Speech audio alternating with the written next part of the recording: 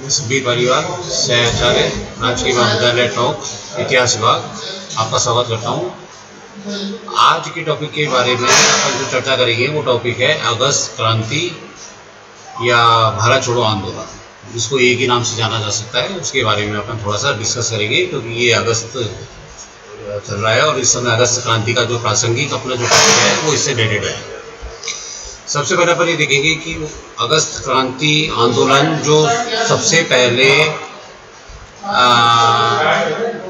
भारत में अंतिम स्वतंत्रता संग्राम के लिए जो आंदोलन हुआ वो भारत छोड़ो आंदोलन था। इसके इतिहास में अगर अपन जाएं तो 1857 से जबकि भारतीय स्वतंत्रता संग्राम के फेज आरंभ हुए, उसके पश्चात ये देश में चलाए जाने वाला आज़ादी के लिए सबसे बड़ा विशाल आंदोलन था, जिसने भारत की काफ़ी जनसंख्या को इसमें इन्वॉल्व किया। और ब्रिटिश इस आंदोलन से ब्रिटिश राज जो था वो पूरी तरह हिल गया, क्योंकि इसमें गांधी जी ने अपनी जान की बाजी लगा दी और उन्होंने ये कहा कि ये भारत छोड़ो आंदोलन जो है ये इसमें सबसे मतलब मैंने जो है इस आंदोलन के लिए कांग्रेस की पूरी जान इसमें झोंक दी। इस भारत छोड़ो आंदोलन को अगस्त क्रांति आंदोलन के नाम से भी जाना जाता है, क्योंकि 8 अगस्त 1942 को बम्बई के अगस्त क्रांति मैदान से इस आंदोलन की शुरुआत हुई। यद्यपि यह आंदोलन 9 अगस्त से आरंभ माना जाता है, किंतु इसका प्रस्ताव 8 अगस्त और 9 अगस्त को पास हो गया था। इसमें सबसे पहले अरुणा आसफ अली जो स्वतंत्रता सेनानी थी, उन्होंने तिरंगा फहराकर ग्वालियर टैंक मैदान में तिरंगा फहराकर इस आंदोलन की शुरुआत की। और ये आंदोलन धीरे धीरे करके अहिंसात्मक आंदोलन था, जो कई तरीकों से आरंभ हो गया था, किंतु धीरे धीरे जाके ये हिंसात्मक और अन्य सामाजिक आंदोलन में जाके कन्वर्ट हो गया। अंग्रेज सरकार ने इस आंदोलन की महत्वता को समझने के बाद तुरंत बड़े बड़े स्वतंत्रता सेनानियों जैसे कि गांधी जी, नेहरू आदि को तुरंत गिरफ्तार कर लिया, ताकि इस आंदोलन को सीमित किया जा सके। इस आंदोलन के मूल में अगर अपन जाएं तो कांग्रेस का और जनता का क्या असंतोष था? वो असंतोष था कि द्वितीय विश्व युद्ध में जब अंग्रेजों ने भारतीयों की सहायता ली, भारत की सहायता ली, तो उन्हें आश्वासन दिया गया था कि सेकेंड विश्व युद्ध के बाद भारत को स्वतंत्र कर दिया जाएगा। किंतु अब तक कांग्रेस को लगा कि ये एक छलावा है, अतः भारत से अंग्रेजों को निकालने के लिए उन्होंने एक आंदोलन चलाया जो कि भारत छोड़ो आंदोलन था। इसमें इस आंदोलन का सबसे बड़ा महत्व क्या है कि इसमें 1 लाख लोगों को पहले से ही गिरफ्तार कर लिया गया। आंदोलन के विशाल जनसंख्या, विशाल इन्वॉल्वमेंट को देखते हुए इस आंदोलन में 1 लाख लोगों को गिरफ्तार कर लिया गया। महात्मा गांधी ने 21 दिन तक इस आंदोलन भूख हड़ताल की। उनकी वजह से जेल में उनकी हालत बिगड़ गई और एक बार तो अंग्रेज सरकार को ये लगा कि संभवतः महात्मा गांधी इस आंदोलन के रहते रहते हो सकता है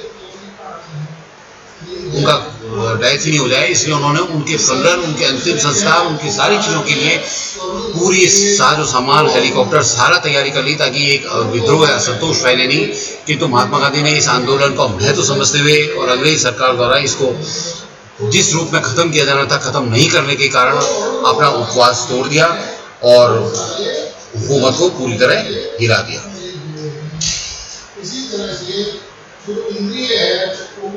ग्वालियर टैंक मैदान में तिरंगा फहराकर जब इसकी शुरुआत की गई तो अरुणा आसफ अली जो कि स्वतंत्रता सेनानी थी, उन्होंने अपने इस इतिहास में अपना नाम दर्ज करा दिया कि 8 अगस्त को जो भारत छोड़ो आंदोलन था उसकी शुरुआत उन्होंने तिरंगा फहराकर की।